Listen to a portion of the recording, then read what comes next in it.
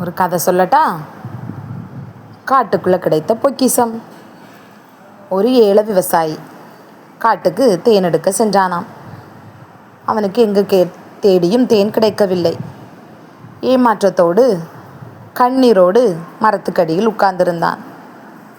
இன்னைக்கு வீட்டில் போய் என்ன செய்ய போகிறனோ தெரியலையே என்று கடவுளை வேண்டிக் கொண்டும் புலம்பிக் கொண்டும் இருந்தான். அப்போது அவனுக்கு ஒரு அதிசய மரக்குச்சி கண்ணில் பட்டது. எடுத்தான். உடனே அதிலிருந்து ஒரு அழகான தேவதை வந்தது.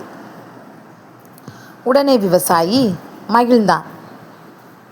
நான் தேன் வியாபாரம் செய்கிறேன், எனக்கு நிறைய தேன் வேண்டுமென்று கேட்டான். உடனே தேவதை ஒரு பாட்டில் நிறைய தேன் கொடுத்தது. அதை வீட்டுக்கு கொண்டு வந்து வைத்தான். அந்த தேன் சில நேரங்களில் பல மடங்காக பெருகியது.